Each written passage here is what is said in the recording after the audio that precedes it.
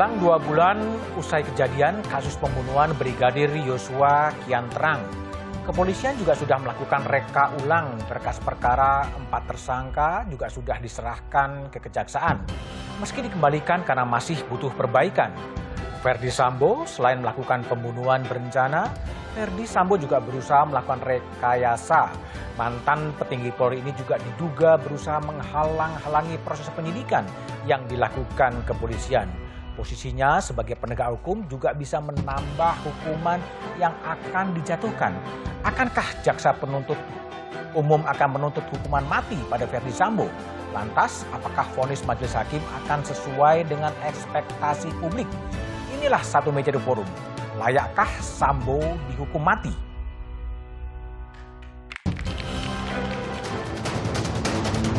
Pemberhentian tidak dengan hormat atau PT sebagai anggota Polri.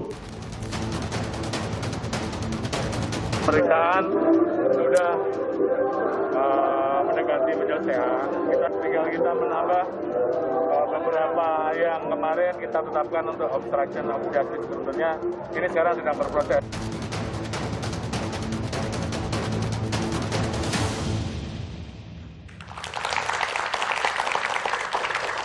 Survei Indikator Politik Indonesia menyampaikan pesan kegeraman publik atas Verdi Sambo. Sebanyak 54,9% responden menilai hukuman mati pantas dijatuhkan pada Verdi Sambo. Mungkin masih terlalu jauh untuk memperkirakan.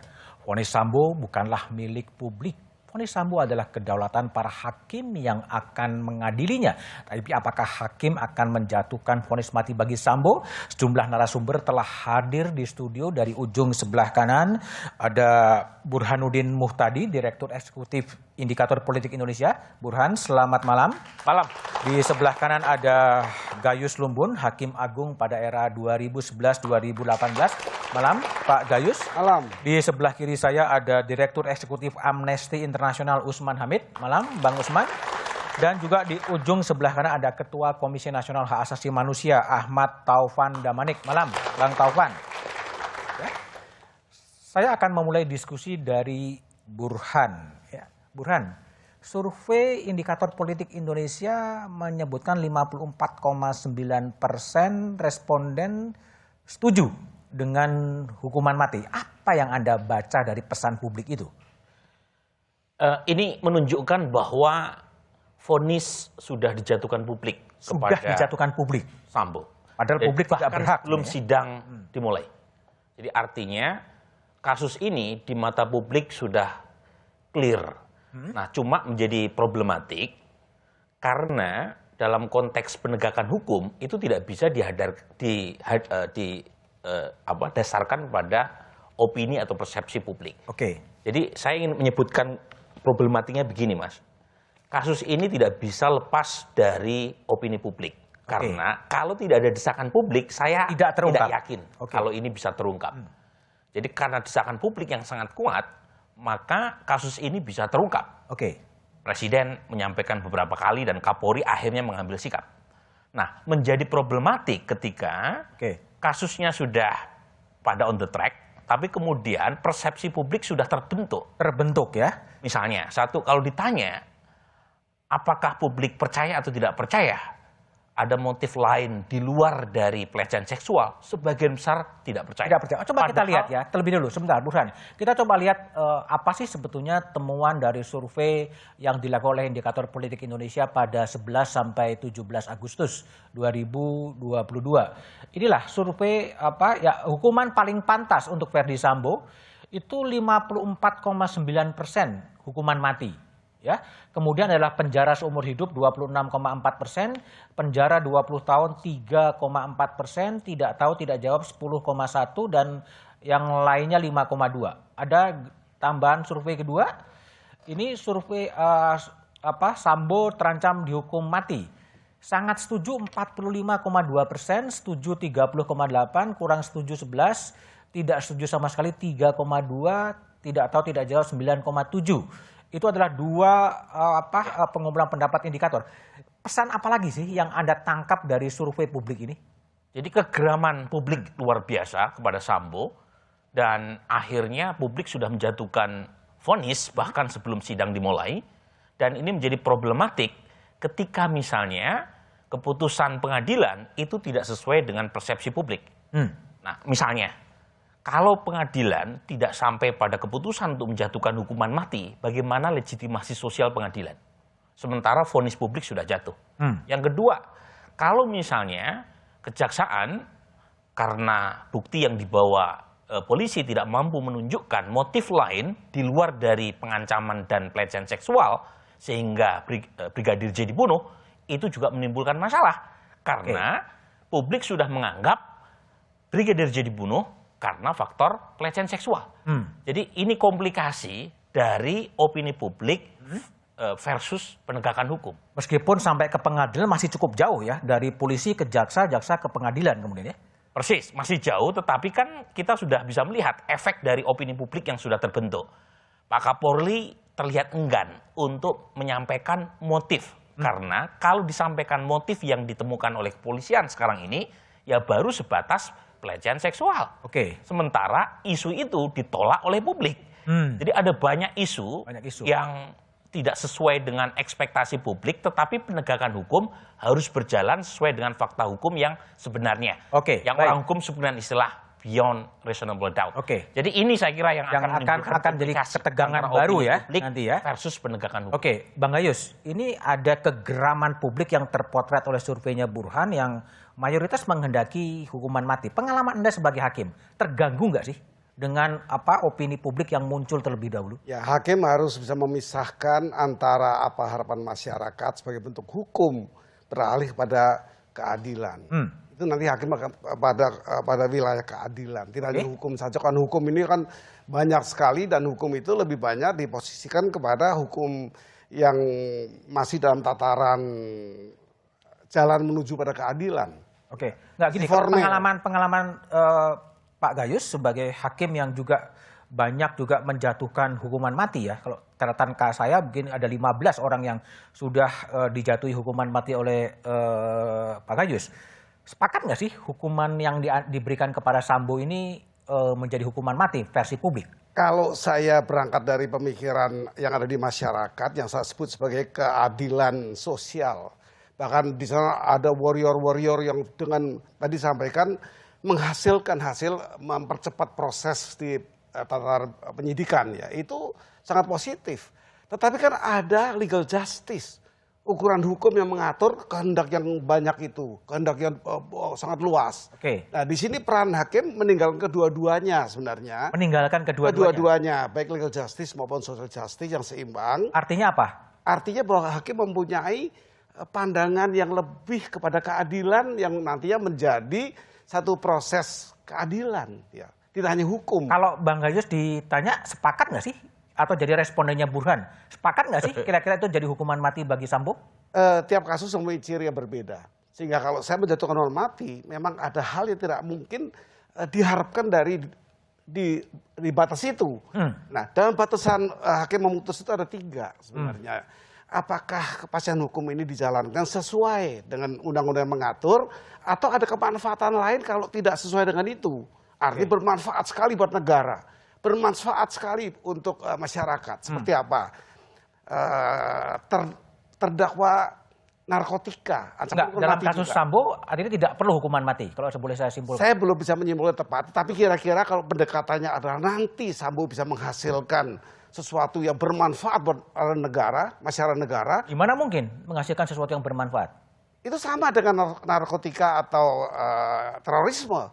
Dia bisa menyampaikan sesuatu yang bisa mengungkapkan sehingga terhentinya kejahatan. Jadi dalam pembelaan itu Sambo akan membuka apapun yang dia ketahui gitu? Tepat. Sehingga lembaga kepolisian ini terungkap dengan jelas, katanya ada kerajaan, katanya ada... Dia membuka semuanya di situ? Dia membuka semua. Dan itu akan bisa menjadi hal yang meringankan? Iya, sehingga kalau tidak, tentu hakim seperti apa yang saya lakukan. Tidak perlu memandang kepentingan orang ini, perbaikan masyarakat. Artinya dia membuka konsorsium 303 dan sebagainya, dibuka semua. Dalam pledoi, relevan nggak sih? Sangat relevan, karena itu bermanfaat negara. Memang kita pahami sebagian orang, sekelompok orang akan merasa tidak adil. Ya, Tetapi masyarakat ada keadilan masyarakat yang Oke, baik. Usman, jadi gimana kalau lihat kegeraman publik soal hukuman mati? Kalau bagi Anda gimana nih sebenarnya? Selalu berulang kan. Artinya publik ketika marah pada sebuah kejahatan yang dianggap sebagai kejahatan serius, maka manifestasi ekspresi pandangan mereka adalah hukuman mati. Oke. Dan dari survei ke survei selalu saja kesetujuan mereka terhadap hukuman mati itu tinggi.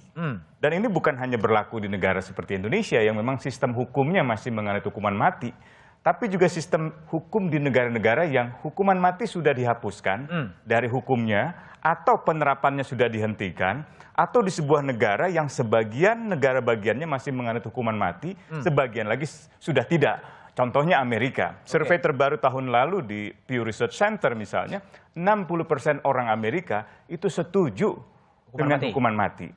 39%-nya tidak setuju. Kalau Anda, posisi Anda sebagai Direktur Eksekutif Amnesty International terhadap kasus Sambo gimana? Saya kira ia harus dihukum setimpal, yang adil. Kalau kita misalnya menggunakan hukum pidana, kan ada dua nih. Pertama pasal 340. Pembunuhan berencana. Pembunuhan berencana. Yang kedua obstruction of justice.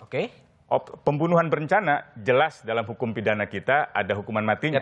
Sesuatu yang kami tolak. Ditolak. Karena itu bertentangan dengan martabat manusia, bertentangan dengan konstitusi dan seterusnya. Meskipun pembunuhan itu juga bertentangan dengan martabat manusia. Jelas, tapi bukan berarti hilangnya nyawa itu harus dibalas dengan hilangnya nyawa yang lain. Kalau sekarang ada 4-5 tersangka menghilangkan 1 nyawa, apakah 5 tersangka itu akan dihukum mati harus dihukum mati semua? Apakah itu keadilan? Belum tentu. Dan banyak sekali vonis-vonis pengadilan di berbagai negara lahir dari sistem peradilan yang tidak benar. Sistem peradilan yang akhirnya keliru dalam memvonis seseorang. Berdasarkan bukti yang salah, berdasarkan saksi yang salah, apalagi di pemerintahan-pemerintahan yang korup, pemerintahan yang tiran, yang peradilannya tidak independen. Gitu. Jadi saya kira di dalam pandangan ini kita harus hati-hati. Nah, saya mau kembali ke pasal yang berikut, obstruction of justice. Obstruction of justice kalau pasal 233 hukum pidana dan pasal 52 hukum pidana, itu yang satu 4 tahun penjara, yang satu lagi ditambah dengan 1/3. Artinya bisa sampai 6-7 tahun. Kalau kita pakai di luar hukuman mati, seumur hidup, katakanlah gitu, atau 20 tahun, ditambah dengan 6 tahun itu. Itu pun kalau terbukti. Dalam perkara ini masih ada resiko. Masih ada resiko, bahwa itu di kemudian hari tidak terbukti. Baik. Saya ke Bung Taufan. Kalau Bang Taufan dari Komnas HAM gimana nih soal wacana publik, kegeraman publik ya pantas dijatuhi hukuman mati. Kalau posisi Komnas HAM gimana? Kalau sekarang kita sulit untuk memberikan sikap ya, karena kami sedang menjalankan tugas kami dan belum selesai untuk melakukan penyelidikan pemantauan.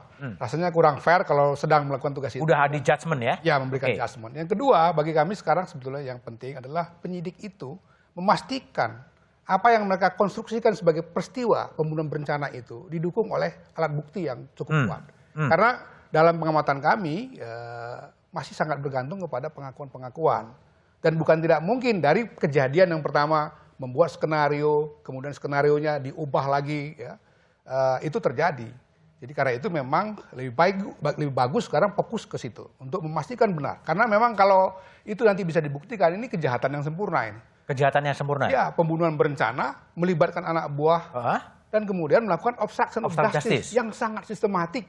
Melibatkan sampai 90-an orang, walaupun memang dari pemeriksaan akhirnya tidak sampai 90-an itu. Tapi kan itu luar biasa sebenarnya kejahatannya kan. Kejahatan yang luar biasa? Ya, dan sempurna. Artinya selain merencanakan pembunuhan, meskipun dia punya alasan misalnya karena emosi, karena marah, masa martabat keluarga yang direndahkan, tapi kan tetap saja sebagai penegak hukum, seorang jenderal bintang 2 itu kan sangat tidak pantas. Dan diakuinya. Meskipun Usman tadi mengatakan agak berisiko ya membangun konstruksi hukum dalam konteks pembuktian ya? Ya, itu yang menurut kami mestinya kita sekarang, terutama penyidik, kami dorong juga untuk terus mencari barang-barang bukti lain yang sudah tadi ya hilang, dipindahkan atau dirusak karena obstruction of justice. Kedua-duanya diakui. Waktu kami periksa dia mengakui bahwa saya adalah dalam tanda petik ya dalang dari pembunuhan ini dan juga ya saya yang membuat skenario semua ini. Saya memerintahkan ini dan macam-macam. Tapi problemnya adalah bagaimana kalau kemudian ekspektasi publik yang sudah dipotret oleh sejumlah lembaga survei dengan oleh Burhanuddin Muhtadi dengan keputusan hakim kalau itu terjadi perbedaan. Jawabannya setelah jeda berikut ini.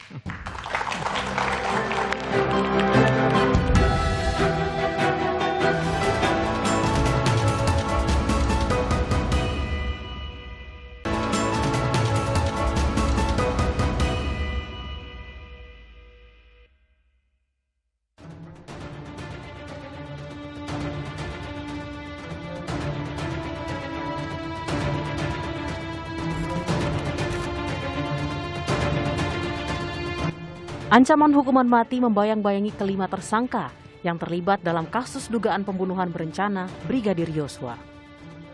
Selasa 30 Agustus 2022 menjadi salah satu momen terpenting dalam kasus pembunuhan Brigadir Yosua. Sekitar 7,5 jam, penyidik Mabes Polri merekonstruksi pembunuhan Brigadir Yosua di 3 lokasi TKP dengan total 78 adegan yang diperankan kelima tersangka.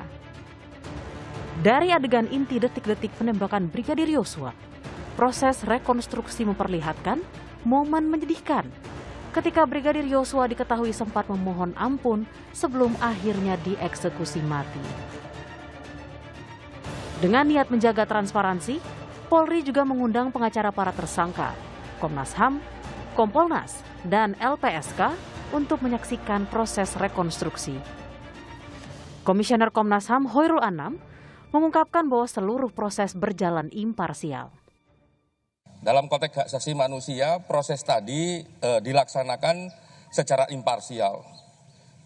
Ada beberapa perbedaan antara pengakuan A dan pengakuan B di masing-masing pihak. Tapi masing-masing pengakuan itu juga diuji. Seperti yang sudah diketahui, Kapolri Jenderal Listio Sigit Prabowo mengungkapkan 5 tersangka, yaitu Irjen Verdi Sambo, Brigadir Ricky Rizal, Barada Eliezer, Kuat Maruf, dan Putri Chandrawati dikenai dakwaan primer pasal 340 KUHP tentang pembunuhan berencana dengan ancaman hukuman mati. Berdasarkan fakta, saat ini kami telah menetapkan 5 orang tersangka, yaitu Saudara FS, Saudara PC, Saudara Richard, Saudara Ricky, Kuat Maruf, dengan persangkaan pasal 340, subsidiar pasal 338, junto pasal 55 dan pasal 56, ancaman hukuman maksimal hukuman mati seumur hidup atau penjara selama 20 tahun. Mengingat berbagai pro kontra mengenai hukuman mati itu sendiri di Indonesia, hingga saat ini publik pun masih mempertanyakan seberapa besar kemungkinan Verdi Sambo dan keempat tersangka lainnya akan divonis hukuman mati. Lalu bagaimanakah tanggapan Komnas HAM mengenai ancaman ini terhadap kasus pembunuhan Brigadir Yosua? Publik pun menanti bola panas kasus pembunuhan berencana Brigadir Yosua yang akan bergulir di tangan pihak kejaksaan dan pengadilan.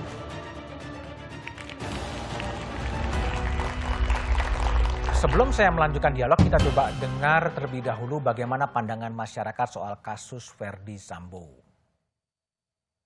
Ancamannya hukuman mati, dan memang jika terbukti yang bersangkutan melakukan itu ya pantas memang dilakukan hukuman mati. Hukuman mati. Alasannya dengan melihat apanya, apa yang bisa membuat bahwa dia layak menerima hukuman paling berat? Karena pembunuhan berencana ya, dan itu kan merupakan sebuah tindak kriminal luar biasa gitu. Pembunuhan berencana itu biasanya yang paling maksimal adalah hukuman mati ya kan, atau hukuman penjara seumur hidup. Karena saya harap bisa dihukum maksimal karena ini telah menghilangkan nyawa seseorang dan telah menghapus mimpi keluarga almarhum dan lain-lain. Pak Verdi Sambo itu kan propam ya, propam itu polisinya polisi gitu. Jadi kalau menurut saya gitu, hukuman yang pantas untuk beliau adalah hukuman mati. Yang dia tunjukkan ke masyarakat umum bahwasanya beliau itu seolah-olah merasa dirinya tidak bersalah. Satu, kedua, hukuman ini juga setimpal karena dia adalah penegak hukum. Seberat-beratnya karena ini sebuah sampai mempertaruhkan nyawa orang. Menurut aku sih hukuman paling pantas buat Verdi Sambo penjara seumur hidup, yaitu maksimalnya kan 20 tahun. Kan karena dia punya anak, punya keluarga, kalau misalkan anak masih di penjara, bapaknya masih bisa jenguk atau masih bisa datengin lah kan. Mungkin hukuman mati kali ya. Kalau hukuman mati juga bisa menjadi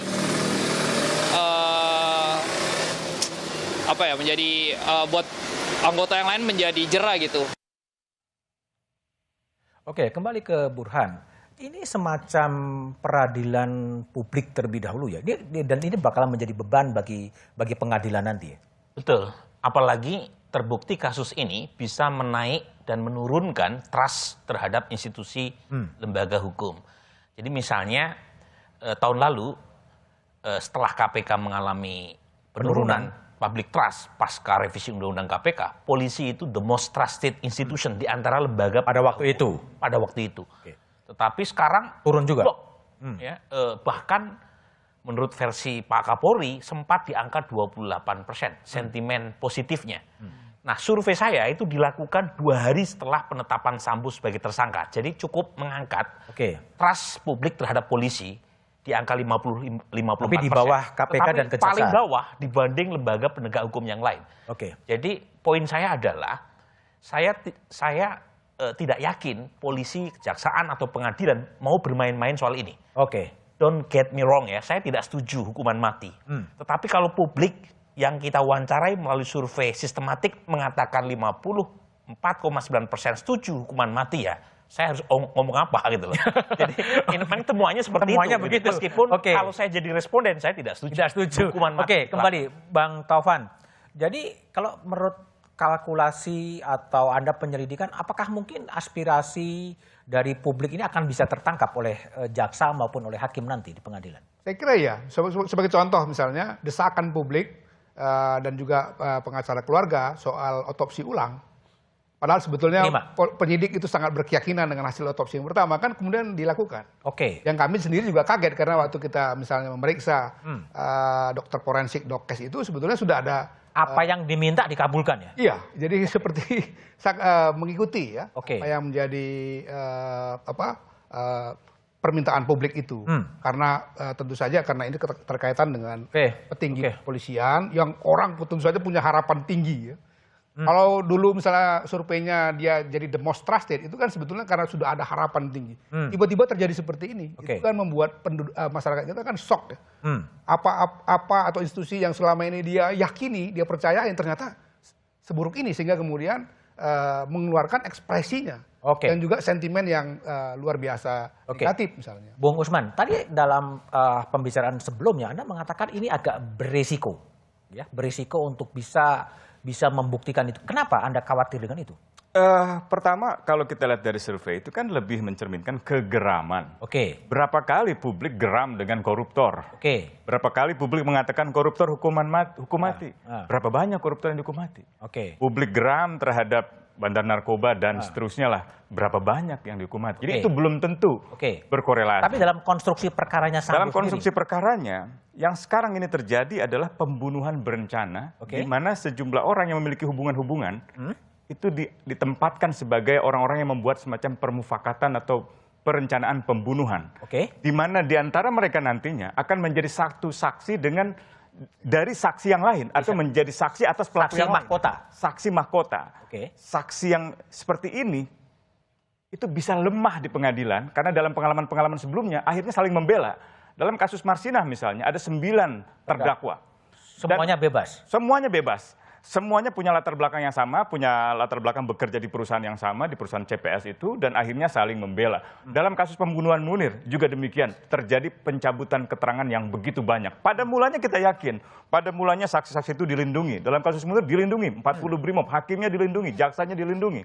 Pada akhirnya perlindungan itu tidak abadi gitu, tidak berlangsung lama juga, dan di pengadilan adanya banyak faktor pengaruh, tekanan dan lain sebagainya yang menyebabkan bukti-bukti itu tidak bisa meyakinkan hakim untuk bisa memvonisnya dengan hukuman yang seperti kita harapkan gitu. Jadi pengalaman Marsinah dan Munir itu harus bisa menjadi pelajaran bagi pelajaran dalam jaksa, melakukan penuntutan pemberkasan. Menurut saya bagi polisi yang sekarang ini sedang memberkas perkara gitu, polisi harus benar-benar yakin dengan segala alat bukti, saksi, ahli, petunjuk, surat, dan keterangan terdakwa jangan banyak diandalkan.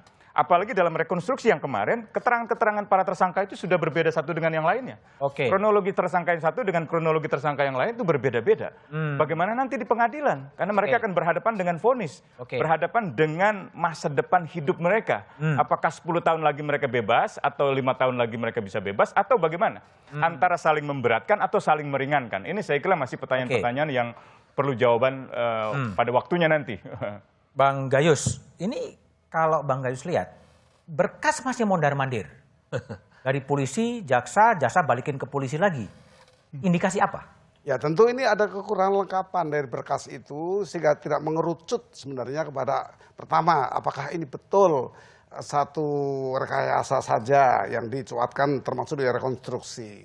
Selalu berubah. Nah ini tentu perlu kepastian bagi jaksa untuk penyidik bisa memastikan yang mana. Maka bagi saya bagaimana interview, interogasi yang terakhir itu konfrontasi terakhir adalah rekonstruksi. Itu terakhir, memang itu penutup sebenarnya itu sesuai dengan Kapolri ya. Jadi seperti itu. Tetapi yang penting bagi saya kalau ditanyakan tadi diuraikan saksi mahkota yang tidak diatur di KUHP ya. Dan hakim tidak salah membebaskan karena ada ketentuan kalau hakim ragu-ragu memutuskan sebuah perkara, maka dipilih adalah yang terbaik bagi terdakwa. Itu konsep utama. Hakim tidak boleh ragu-ragu. Begitu saksi mahkota yang memang tidak diatur, tapi tidak ada saksi lain, saling berkaitan, saling menguntungkan mungkin, maka hakim ragu-ragu. Itu artinya agar hakim tidak ragu-ragu, strategi penuntutan dan pemberkasan seperti apa? Sebenarnya kalau menurut pengalaman hakim-hakim yang lama bahkan di zaman dulu itu mengatakan tidak usah dengan ada undang-undang yang baik yang diyakini oleh penyidik. Tapi kalau ada hakim yang berani, cerdas, dan jujur, maka keputusan itu bisa diambil secara baik. Saya pikir ketika tadi kasus Marsinah, hakimnya sangat berani dan jujur. Kemudian Pak Adi Arroyo itu mempunyai kecerdasan dan menilai sebuah peristiwa. Sehingga dia memilih untuk dibebaskan semua. Kira-kira begitu. Tapi kalau boleh saya lebih dalam sedikit sebagai pemikiran pribadi atas kasus ini, memang ini kasus sebenarnya masih dalam tataran formel hari ini ya. Formel. Tapi secara pribadi kalau saya ditanya, apakah saya setuju hukuman mati apa tidak? Kalau tidak berkaitan dengan kemanfaatan yang lain dari sosok Sambo ini, saya pikir dia memang patut dihukum mati. Karena tadi yang diuraikan oleh keadilan masyarakat. Patut dihukuman mati. Patut ya. Tetapi saya memiliki pemikiran lain untuk bangsa dan negara ke depan yang lebih luas. Saya mengharapkan yang bersangkutan mau membuka di pengadilan sehingga bermanfaat. Apa yang bisa dibuka dalam bayangan Bang Gayus? Banyak ya, banyak diramaikan masyarakat itu kotak Pandora yang publik pun dengan keadilan sosial justice tidak bisa menemukan itu. Kenapa sih? Apa yang dilakukan? Motif aja tidak bisa. Padahal motif itu unsur utama. Syarat mutlak dari sebuah kejahatan itu harus ada. Apa yang dilakukan oleh Sambo yang memberikan kemanfaatan bagi bangsa dan negara yang ini bisa meringankan hukuman? Dia menguasai sebuah keadaan di institusinya sebagai orang yang menjalankan secara terstruktur kejahatan yang banyak. Artinya diharapkan adalah pertanyaan-pertanyaan publik, apakah itu konsorsium 303, apakah itu Satgas, semuanya dibuka gitu? Kalau itu dibuka, kan saya katakan di kasus yang manapun hakim memberikan keringanan kalau bisa bermanfaat untuk publik. Narkotika maupun terorisme pun demikian. Kalau dia membuka jaringan yang terputus, kemanfaatan besar ini menjadi perhitungan untuk pemotongan. Sehingga yang tadi saya bilang mati, ya mungkin tidak usah hukuman mati. Oke. Sebenarnya ada dua perkara Mas Budiman. Jadi dalam perkara pembunuhannya, hampir tidak ada relevansinya soal itu. Tapi dalam perkara obstruction of justice-nya sangat mungkin. Sangat mungkin. Misalnya dari 90-an yang diperiksa, lalu 32 orang atau 30-an orang menjadi terduga, lalu 5-6 orang menjadi tersangka, memberikan keterangan mengapa mereka melakukan obstruction of justice misalnya, karena misalnya Pak Ferdi merupakan komandan saya di sebagai kepala Satgas Khusus. Kepala Satgas Khusus sekaligus Kepala Divisi Propam. Kepala Satgas Khusus adalah posisi yang tadi disebut oleh Prof. Gayus yang berhubungan dengan bandar misalnya judi ya, atau berhubungan dengan bandar narkoba atau terlibat di dalam berbagai negosiasi ilegal terkait dengan tindak pidana pencucian uang atau tindak pidana korupsi. Kalau itu bisa. Artinya dalam konteks obstruction of justice. Hakim yang memeriksa perkara obstruction of justice-nya akan melihat keterusterangan dari para pelaku sebagai yang meringankan ya. Sebagai hal yang bisa meringankan. Tapi apakah kemudian hukuman mati itu akan efektif untuk menciptakan efek jera? Tapi jawabannya setelah jeda berikut ini.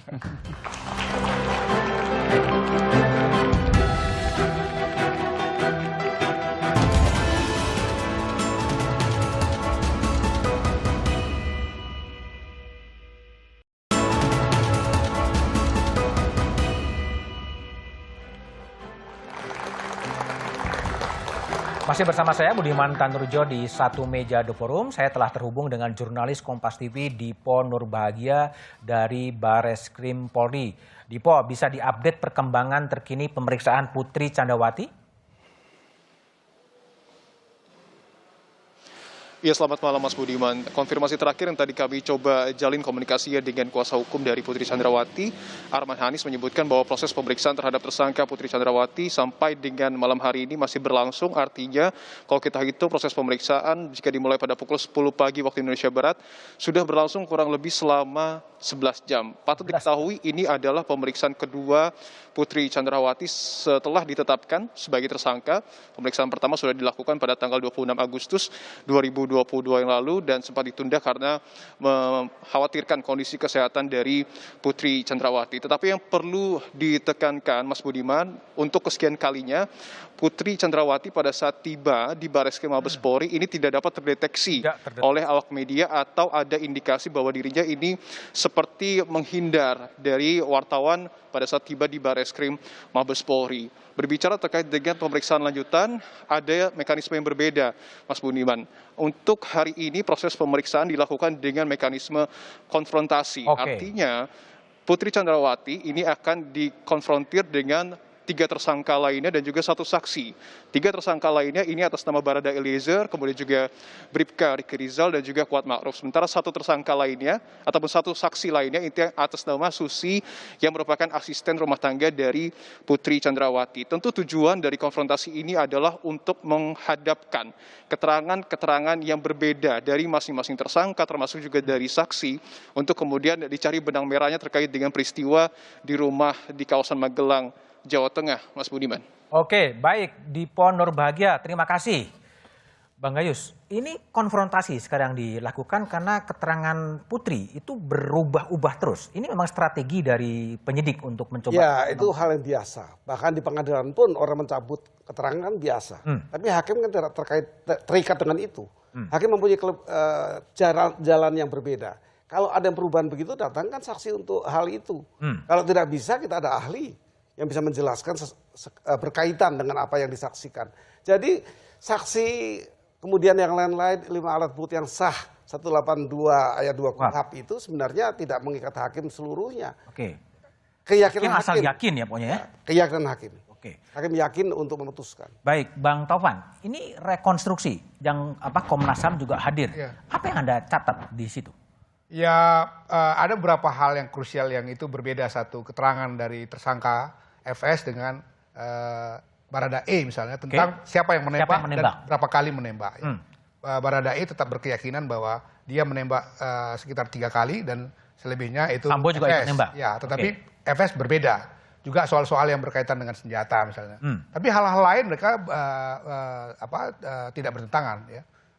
Peristiwa di tanggal 4, peristiwa tanggal 7 dan peristiwa di hanya apakah FS ikut menembak atau tidak ikut menembak. Ya, itu yang berbeda. Kemudian yang juga misalnya menjadi titik krusial itu adalah soal perencanaan ya. Yang terjadi kira-kira berapa belas menit sebelum itu ya. Jadi ada 1 jam lebih FS ini pulang, kemudian Ibu PC-nya pulang, mereka masuk dalam ruangan privat mereka, ruang pribadi. Disitulah kabarnya dikatakan bahwa mereka melakukan perencanaan. Tapi kan itu di antara FS dengan beberapa termasuk KM tadi ya, KM dan RR misalnya seperti itu.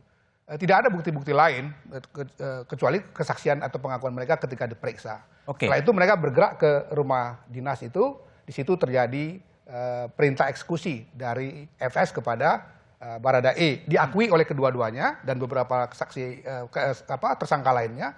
Tetapi perbedaannya ada soal apakah hanya Barada E yang nembak atau tidak. Sebetulnya ada barang bukti lain yang bisa memperkuat.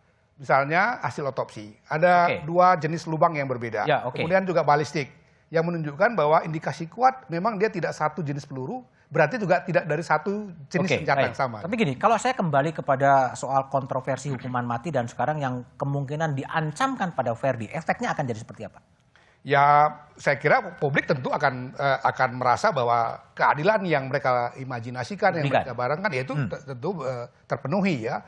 Bukan hanya soal hukuman mati, dari awal saja kalau misalnya kita baru menjelaskan tahap demi tahap, misalnya proses penyelidikan, publik itu sudah langsung datang kepada satu konklusi, ini pasti FS misalnya begitu.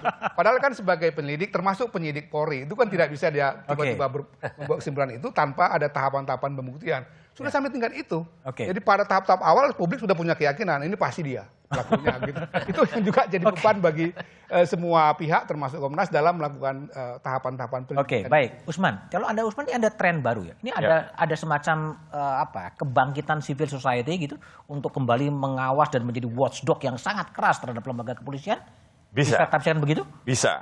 Tetapi saya kira selain civil society juga media massa. Sebenarnya ada 6 lapis itu untuk melihat seberapa efektif pengawasan eksternal kepolisian dan internal kepolisian dalam menangani perkara ini. Pertama, yang sifatnya publik dari masyarakat. Itu menurut saya yang paling besar. Termasuk di dalamnya media massa. Yang kedua adalah lembaga-lembaga eksternal yang independen, seperti Komnas HAM misalnya. Meskipun Komnas HAM sempat maju mundur nih ya, dalam mengambil sikap dengan kepolisian. Masih kebingungan. Iya, gitu kan.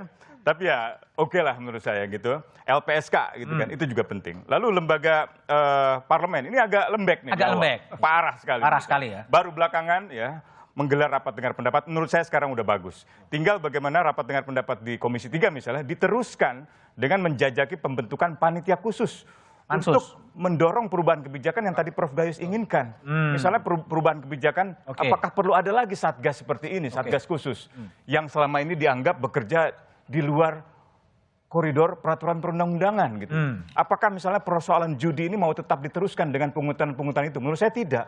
Bang Ali Sadikin almarhum pernah mengusulkan legalisasi saja, ambil saja dana itu untuk kepentingan negara, untuk kepentingan umum. Demikian pula yang lain-lainnya. Gitu. Nah yang berikutnya adalah pengawasan yang sifatnya internal dari divisi Propam, itu nggak bekerja tentu di awal. Dari Irwasum lumayan bekerja. Majelis Kode Etik lebih bekerja lagi lewat tim sus itu.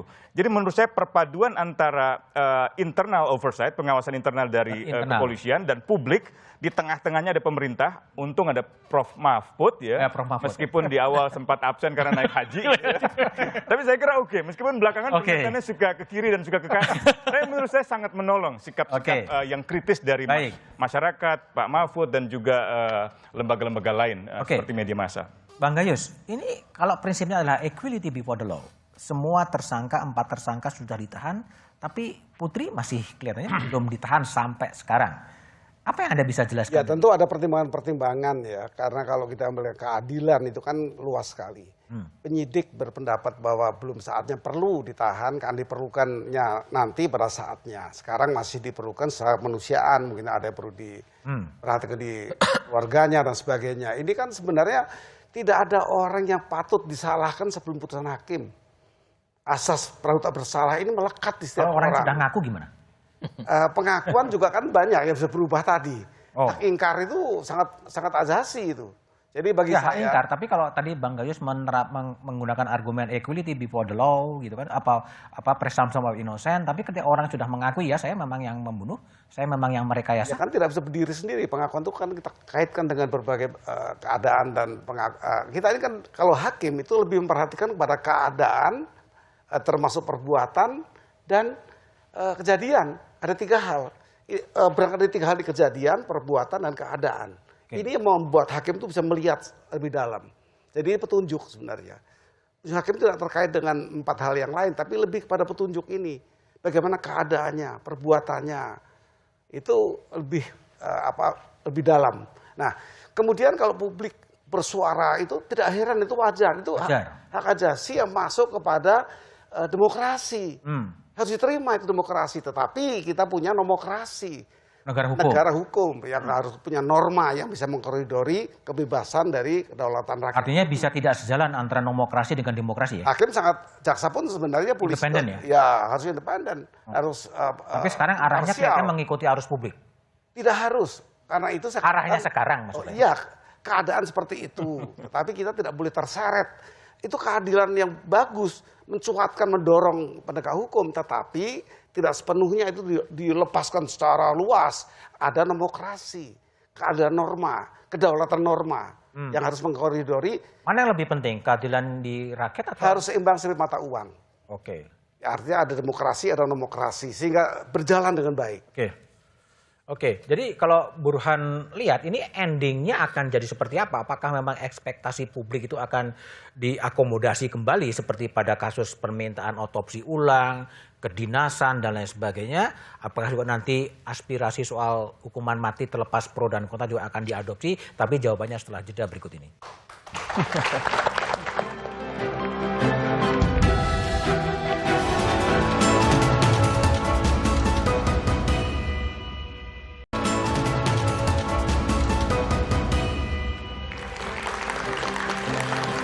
Masih bersama saya Budiman Tanurjo di Satu Meja The Forum. Burhanuddin Muhtadi, gimana mengawal ya? Apakah ekspektasi publik, harapan publik yang tercermin dalam berbagai survei maupun dari Vox Pop dengan keadilan nanti akan di meja persidangan? Apa yang harus dilakukan oleh publik selama ini? Ya, publik harus terus mencermati perkembangan kasus ini dan saya tidak khawatir soal itu. Tidak ada kasus yang sedemikian cepat membetot perhatian publik seperti kasus Sambo. Dalam waktu 1,5 bulan, 77% masyarakat tahu. Dan kalau ditanya perintilannya, isu-isu kembangannya dari kasus Sambo ini, umumnya mereka tahu. Dan bukan hanya aware, mereka juga punya informasi yang berkualitas. Nah, justru saya khawatir publik terlalu terbetot pada kasus ini sehingga lupa pada kasus lain. Jadi misalnya, isu korupsi Garuda itu yang tahu cuma 16%. 16%? Jiwasraya, Asabri, itu kecil-kecil. Jadi tidak banyak kasus hukum yang punya magnet kuat yang kecuali kasus ini. Karena kasus ini kan lengkap ya, sebagai sebuah tindak pidana itu ada unsur kekuasaan, ada unsur perempuan, ada unsur uang. Ini yang kemudian membuat masyarakat begitu mengikuti perkembangan kasus ini. Nah, kasus lain yang biasanya punya efek magnet kuat, misalnya korupsi yang berkaitan dengan kebutuhan hidup orang banyak. Kasus minyak goreng, itu besar tuh yang mengikuti. Kasus korupsi bansos, itu gede. Tapi kalau kasus korupsinya besar tetapi hanya melibatkan sebagian elit, itu daya tariknya kurang. Nah, menurut saya, kejaksaan atau pengadilan itu tidak bisa bermain-main kasus Sambo ini. Karena terlalu kuatnya pengaruh dan opini publik sehingga mereka tidak bisa misalnya gitu ya bermain-main sehingga justru malah menurunkan trust terhadap pengadilan. Baik, Bung Tovan, apa yang harus dilakukan oleh Polri dalam kasus Sambo dan mencegah agar ini kemudian tidak terjadi lagi sebetulnya? Yang pertama seperti saya sampaikan di awal tadi ya, mereka harus memperkuat penyidikan mereka, terutama kaitan dengan obstruction of justice yang masih menyisakan residu. Apa itu residunya? Beberapa alat bukti itu belum ditemukan. Sehingga memang kita sangat khawatir kalau kemudian nanti ketika masuk pengadilan misalnya katakanlah ditolak atau mungkin tidak sebagaimana yang menjadi harapan publik, dikaitkan juga memang secara objektif ketika pengakuan diberikan oleh pelaku-pelaku termasuk FS bahwa dia memang adalah aktor dari dua peristiwa, pembunuhan berencana dan juga obstruction of justice. Yang kedua memang untuk Polri ini menjadi pembelajaran yang luar biasa. Kita akan coba nanti merekomendasikan misalnya review terhadap kelembagaan yang ada di situ. Misalnya gini, kalau ke depan ada terjadi lagi peristiwa seperti ini, di mana pelakunya atau terduga pelakunya ada polisi, apakah memang tidak dimungkinkan ada satu pihak lain yang bukan polisi yang kemudian mengambil alih misalnya penyidik. External investigator. Ya, karena itu memang saya setuju tadi ya. Barangkali DPR kita memang perlu membuat satu pansus dalam rangka mereview semua apa yang sekarang terjadi di Oke, baik. Bung Usman, jadi apa catatan Anda dalam kasus? Saya kira harus ada penguatan pengawasan demokratik terhadap kepolisian. Pengawasan internal, baik itu melalui Divisi Propam, Irwasum, kalau perlu kode etik seperti ini, majelisnya itu dibentuk secara permanen. Sehingga setiap kali ada anggota yang merasa diperintahkan untuk melakukan tindakan yang salah atau tindakan melakukan kejahatan, ia bisa appeal kepada Majelis Komite Etik ini. Yang kedua adalah pengawasan yang sifatnya eksekutif di Kemenko Polhukam, khususnya di Kompolnas. Saya kira banyak offside yang dilakukan oleh Kompolnas di awal itu yang belakangan terkoreksi sebenarnya gitu. Tapi ke depan itu tidak boleh terjadi lagi. Yang ketiga adalah parliamentary oversight di Komisi 3 itu, parlemen. Saya kira hal-hal yang membuat Komisi 3 itu menjadi lemah, misalnya hubungan-hubungan khusus dengan kepolisian, fasilitas polwan atau fasilitas polisi jadi stafnya atau fasilitas plat nomor polisi itu harus dihilangkan menurut saya. Sehingga ada independensi, ada jarak antara kepolisian dengan dewan dan pengawasan publik, pengawasan lembaga eksternal serta pengawasan yudisial dari lembaga peradilan. Oke, Bang Gayus, catatan Anda? Ya, saya punya harapan bahwa ekspektasi dari publik ini terfokus kepada tidak akan terulangnya peristiwa ini lagi dengan perbaikan-perbaikan di lembaga di mana peristiwa terjadi. Artinya sistem yang berpower tinggi ini tidak disalahgunakan, ya, tidak ada penyimpangan, ada perbaikan yang baik. Jadi hari ini akan menjadikan hari depan yang lebih baik di bidang ini. Itu yang saya harapkan. Ekspektasi ke situ, bukan menghukum orang saja ya. Kalaupun menghukum juga menjadi satu keadilan bagi publik, tapi menghukum itu kan tidak jalan keluar satu-satunya. Kita sudah mengenal banyak teori hukum yang tidak saja hukuman pidana ini menjadikan solusi. Tapi ada yang lain. Baik, Burhan, Bang Gayus, Usman dan Bang Taufan, terima kasih telah bergabung di satu meja The Forum. Publik geram dan marah dengan skandal Sambo. Tapi akankah kegeraman publik bakal tertangkap dalam persidangan kasus Sambo? Realitas psikologis bisa saja sama dengan realitas persidangan. Akan tetapi sejarah juga memberi pelajaran. Dua hal itu bisa berbeda. Strategi penuntutan dan kekuatan pembuktian menjadi kunci. Demikian satu meja The Forum malam ini. Sampai jumpa pekan depan. Selamat malam dan terima kasih.